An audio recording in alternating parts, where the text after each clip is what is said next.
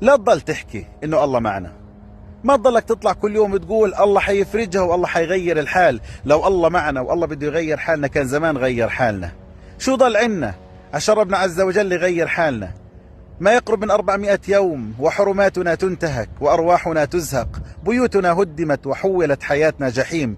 متى سيقف الله عز وجل معنا؟ الله مش معنا. والله قيلت هذه لي في أكثر من مناسبة وأكثر من شخص. أنا بدي أسأل سؤال أهل غزة خصوصا، لو الله تبارك وتعالى مش معنا كيف إحنا عايشين لليوم؟ فيش عقل بشري أبدا يستوعب ويصدق أن الظروف التي عشنا بها وعشنا معها على مدار أكثر من 390 يوم يستطيع أن يعيش فيها بشر.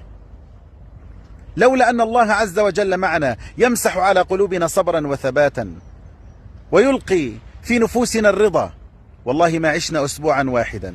حجم اللي ألقي علينا وفوق رؤوسنا من الموت يبيدنا 1000 مرة، لكن ما زلنا هنا نقف.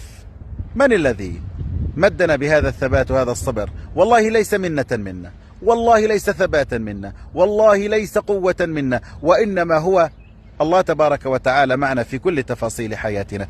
الله معنا قبل البداية وبعد النهاية. الله معنا في كل تفاصيل حياتنا. الله معنا، هو اللي بيثبتنا. لا تحزن، والله إن الله معنا.